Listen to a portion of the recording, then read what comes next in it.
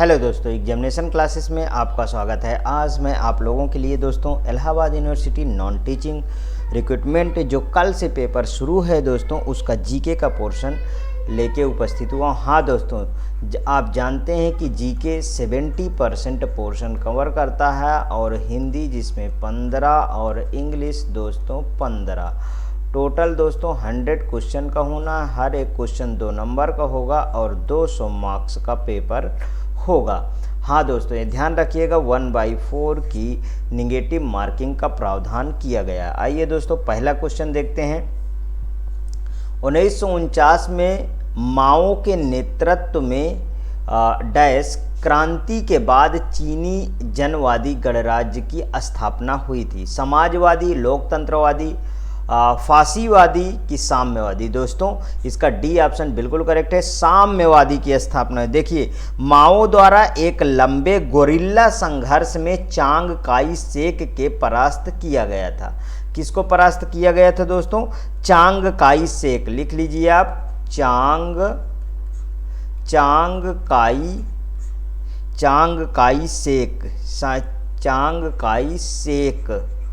Shake को परास्त किया गया था। चीन में क्रांति के पश्चात साम्यवादी पार्टी की सर्वोच्चता स्थापित हुई थी। नेक्स्ट क्वेश्चन, उज्बेकिस्तान से अल बरूनी किस शताब्दी में भारत आया था? 11वीं शताब्दी में, 14वीं शताब्दी में, 7वीं शताब्दी में कि 17वीं शताब्दी में? बताइए किस वर्ष भारत आया था? तो दोस्तों 11वीं शताब्दी में आया था भारत। उज्बेकिस्तान से अल बरूनी 11वीं शताब्दी में भारत आया था। देखिए, अल बरूनी 11वीं शताब्दी में महमूद गजनबी के आक्रमण के अवसर पर, मीन्स जब भारत पर महमूद गजनबी ने आक्रमण किया था उसके अवसर पर उसके साथ भारत आया था। ध्यान रखिएगा, उसके साथ भारत विवरण तहकीक ए हिंद में प्राप्त होता है। कौन सा है दोस्तों? इसको नोट कर लीजिए, तहकीक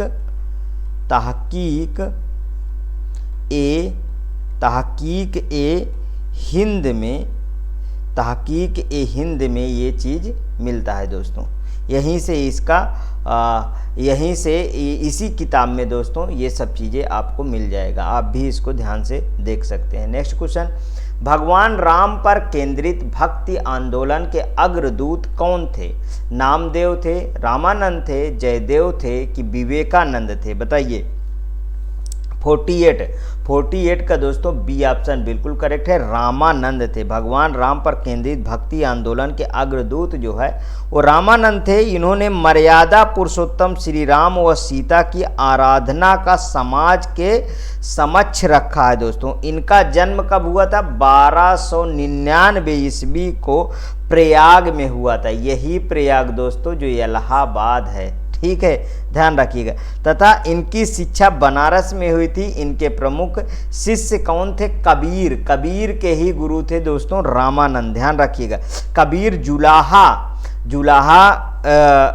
मतलब जुलाहा परिवार से थे।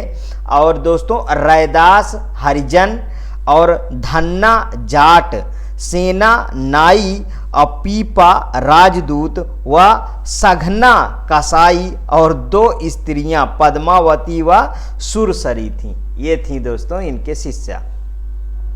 नेक्स्ट क्वेश्चन, आंदोलन रेड शर्ट के अगुआ कौन थे? रेड शर्ट मौलाना आज़ाद थे, मोहम्मद अली थे, खान अब्दुल गफ्फार खान थे कि अशफाक उल्ला खान थे? बताइए कौन सा सही है दोस्तों?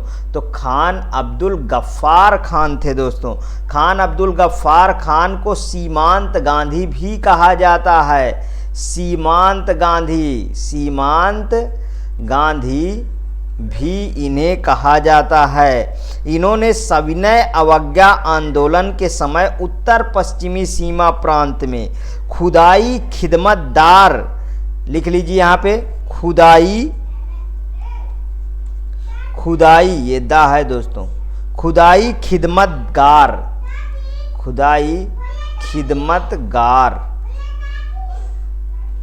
खिदमतगार नामक आंदोलन चलाया था। ठीक है, इस आंदोलन के स्वयंसेवक लाल कुर्ता धारण करते थे, जिसकी वजह से इस आंदोलन को लाल कुर्ती आंदोलन भी कहा गया। नेक्स्ट क्वेश्चन, उस दर्रे का नाम बताइए जिसे उत्तराखंड में तीर्थयात्रियों द्वारा कैलाश मानसरोवर यात्रा के लिए प्रयोग किया जाता है। बहुत अच्छा क्वेश्चन दोस्तों। पेंसिला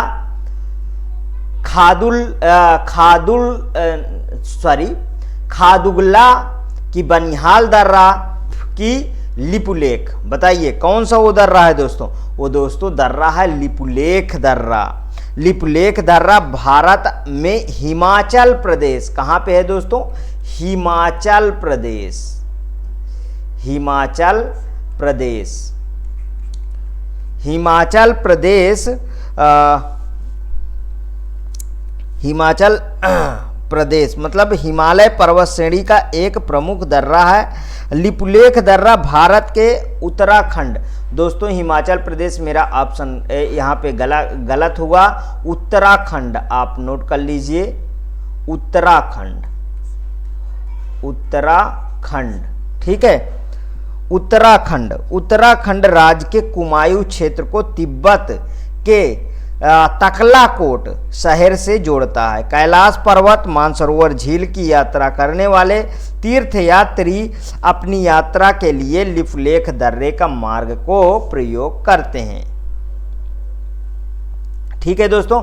हाँ दोस्तों, और इसको समझ लीजिए, ये दोस्तों चीन के व्यापार को भी दोस्तों चीन से व्यापार के लिए भी उपयोग हुआ था। चलिए आइए नेक्स्ट क्वेश्चन। बगलिहार बांध किस नदी पर बनाया गया है? चिनाब, रावी, सतलज, सिंधु। बगलिहार बांध बताइए कौन सा सही है दोस्तों? तो दोस्तों चिनाब नदी पे बनाया गया है बगलिहार बांध। बगलिहार बांध भारत के जम्मू क्षेत्र के डोडा जिले में पाकिस्तान की ओर बहने वाली चिनाब नदी पर दोस्तों बना है। यह जम्मू श्रीनगर राष्ट्रीय राजमार्ग पर है। वर्ष 2005 में पाकिस्तान ने इस बांध के निर्माण और जल विद्युत परियोजना को रोकने के लिए विश्व बैंक की मध्यस्थता की मांग की थी, जिसे मामूली बदलाव के बाद विश्व बैंक द्वारा जारी रखने का प्रस्ताव दिया गया था। Next question.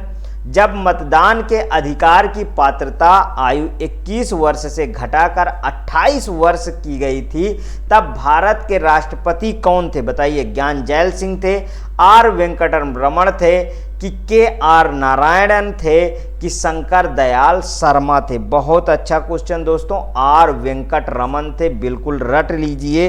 भारतीय संविधान 61वें संविधान संशोधन याद होना चाहिए।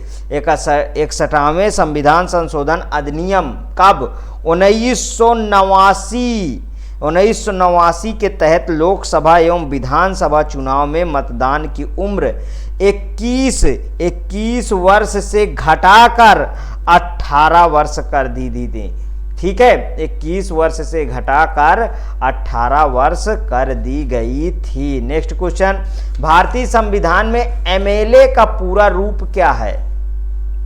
मेंबर ऑफ लेजिस्लेटिव असेंबली है, माटर ऑफ लेजिस्लेटिव असेंबली है, मेंबर ऑफ लेफ्ट असेंबली है, मास्टर ऑफ लेफ्ट असेंबली। बहुत अच्छा क्वेश्चन दोस्तों।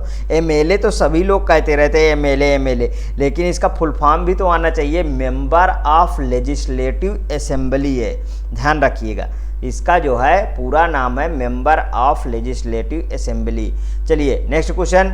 नीति आयोग के अध्यक्ष कौन हैं? उद्योग मंत्री हैं, प्रधानमंत्री हैं, वित्त मंत्री हैं, कि वाणिज्य मंत्री है? तो दोस्तों नीति आयोग के अध्यक्ष होते हैं स्वयं प्रधानमंत्री। और नीति आयोग पहले क्या था दोस्तों? योजना आयोग था, ध्यान रखिएगा। 1 जनवरी 2015 याद होना चाहिए को योजना आयोग के स्थान पे नीति आयोग जो है लाई गई है। Next question. राज्य की आय जो लोगों द्वारा बिना कानूनी उत्तराधिकारी के छोड़ी गई संपत्ति से उत्पन्न होती है, डैश कहलाती है? डेनोवो प्रदेश रिट, राजगामित्व की आपराधिक कार्य फेलनी कहलाती है। बताइए कौन सा सही है? कौन सा सही है दोस्तों? राजगामनी कहलाती है। राज्य की आय जो लोगों द्वारा बिना कानूनी उत्तराधिकारी के छोड़ी गई संपत्ति से उत्पन्न होती है, उसे राजगामिनी कहते हैं। Next question. ग्रीन बैंकिंग का क्या अर्थ है? कृषि का वित्त पोषण करने वाले बैंक, सिंचाई परियोजनाओं का वित्त पोषण करने वाले बैंक, किसानों का वित्त पोषण करने वाले बैंक कि पर्यावरण संरक्षी परियोजनाओं का वित्त पोषण करने वाले बैंक। ग्रीन बैंकिंग का अर्थ क्या है बताइए, आप भी बताइए दोस्तों। देखिए इसका डी ऑप्शन बिल्कुल करेक्ट है, पर्यावरण संरक्षी परियोजनाओं का वित्त पोषण करने वाले बैंक बिल्कुल करेक्ट आंसर होगा। ग्रीन बैंकिंग एक इको फ्रेंडली फाइनेंसिंग बैंक है जो व्यवसायों को वित्त पोषण करते समय पर्यावरण की सुरक्षा का ध्यान में रखता है।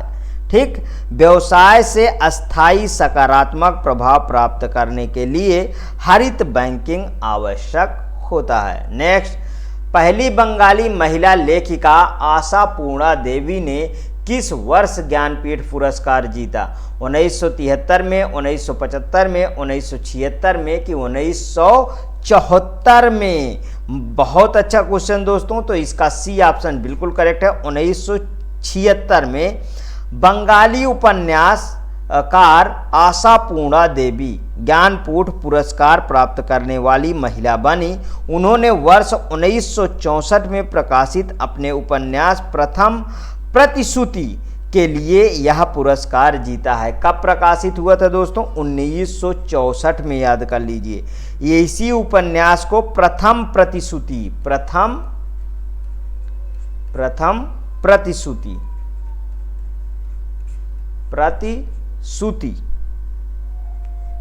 ठीक, नोट कर लीजिए, के लिए यह पुरस्कार जीता था। नेक्स्ट क्वेश्चन, एक व्यक्तिगत ओलंपिक पदक जीतने वाले प्रथम भारतीय का नाम क्या है? मिल्खा सिंह है, पीटी उषा है, लिएंडर पेस है कि केडी जाधव है? व्यक्तिगत ओलंपिक पदक जीतने वाले पूछा है दोस्तों, ध्यान रखिएगा। तो दोस्तों केडी जाधव ओलंपिक में व्यक्तिगत पदक जीतने वाले भारत के पहले एथलीट थे। उन्होंने सन 1952 के ग्रीष्मकालीन ओलंपिक में हेलसिंकी में आयोजित कुश्ती में कांस्य पदक जीता था। सन 1900 में एथलेटिक्स में 2 रजत पदक जीतने वाले नॉर्मन फ्रीचर के बाद जाधव भारत के लिए ओलंपिक में पदक जीतने वाले पहले व्यक्ति थे। नेक्स्ट क्वेश्चन, तुर्की की राजधानी क्या है? यरूशलेम है, कैनबेरा है कि वेलिंगटन है कि अंकारा है? बताइए तुर्की की राजधानी क्या है? बहुत अच्छा क्वेश्चन है दोस्तों। तुर्की की राजधानी दोस्तों अंकारा है, ध्यान रखिएगा, अंकारा। यरूशलेम, कैनबेरा, वेलिंगटन, इनके बारे में भी जानते हैं। देखिए यरूशलेम दोस्तों इजराइल, इस समय दोस्तों इजराइल का नाम बहुत चल रहा है, इसलिए ये क्वेश्चन आ भी सकता है, ध्यान रखिएगा, इजराइल। ठीक है, और कैनबेरा ऑस्ट्रेलिया।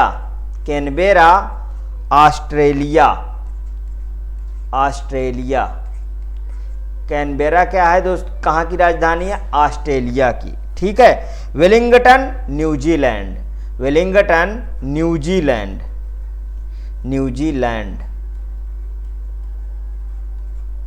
ठीक, न्यूजीलैंड की राजधानी क्या है? वेलिंगटन। अंकारा जानते हैं, ये तुर्की की है।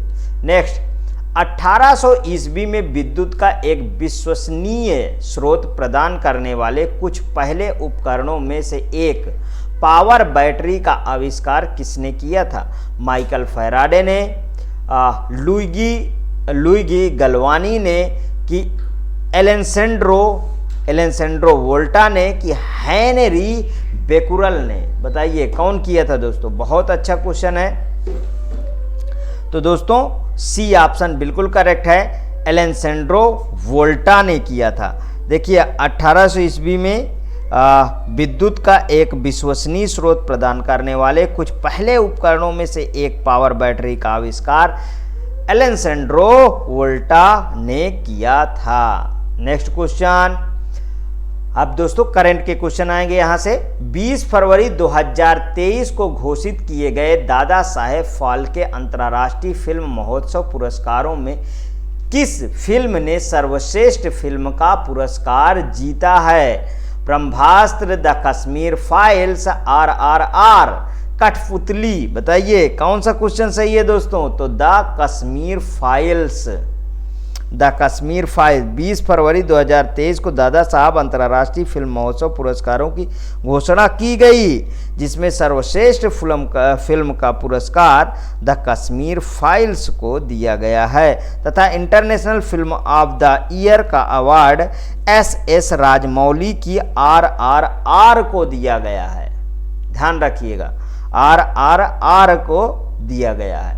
नेक्स्ट, फरवरी 2023 में YouTube के नए CEO के रूप में किसे नियुक्त किया गया है? नील मोहन को, विशाल दोषी को, अनिकेत सुनील तलाटी को कि पराग अग्रवाल को? बताइए किसे नियुक्त किया गया है? तो दोस्तों नियुक्त किया गया नील मोहन को। ध्यान रखिएगा। नेक्स्ट क्वेश्चन, फरवरी 2023 में निम्नलिखित में से किसे अपना सोशल स्टॉक एक्सचेंज लॉन्च करने के लिए सेबी से हरी झंडी मिली है? Bombay stock exchange, Madras stock exchange, Calcutta stock exchange कि नेशनल स्टॉक एक्सचेंज? बताइए कौन सा ऑप्शन सही है? तो दोस्तों नेशनल स्टॉक एक्सचेंज। ध्यान रखिएगा। नेक्स्ट क्वेश्चन, फरवरी 2023 में आर्द्र भूमि बचाओ अभियान, वेरी मोस्ट इंपॉर्टेंट क्वेश्चन, आर्द्र भूमि बचाओ अभियान की शुरुआत किसने की थी? गिरिराज सिंह ने की थी, अमित शाह ने की थी कि भूपेंद्र यादव ने की थी कि पीयूष गोयल ने किया था? बताइए कौन सा सही है? तो दोस्तों भूपेंद्र यादव ने किया था। ध्यान रखिएगा, भूपेंद्र यादव ने किया था। नेक्स्ट, आज का लास्ट क्वेश्चन है दोस्तों आज के सेशन का। फरवरी 2023 में भारत ने I2U2 बिजनेस फोरम के हसिये पर IAIM 4C में शामिल हुआ। इसे कहाँ आयोजित किया गया था?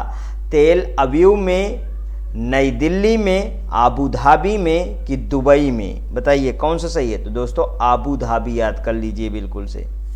ठीक है, आबू धाबी में आयोजित किया गया था। ये रहे दोस्तों आज के सेशन का ये लास्ट क्वेश्चन। दोस्तों यदि आपको अच्छा लगे मेरा सेशन तो प्लीज़ और प्लीज़ मेरे एग्जामिनेशन चैनल को आप सब्सक्राइब कर लीजिए, मेरा वीडियो लाइक करिए, ज़्यादा से ज़्यादा दोस्तों में शेयर करिए। हाँ, अपनी प्रतिक्रिया कमेंट बॉक्स में ज़रूर प्रस्तुत कीजिए। ओके दोस्तों, थैंक यू।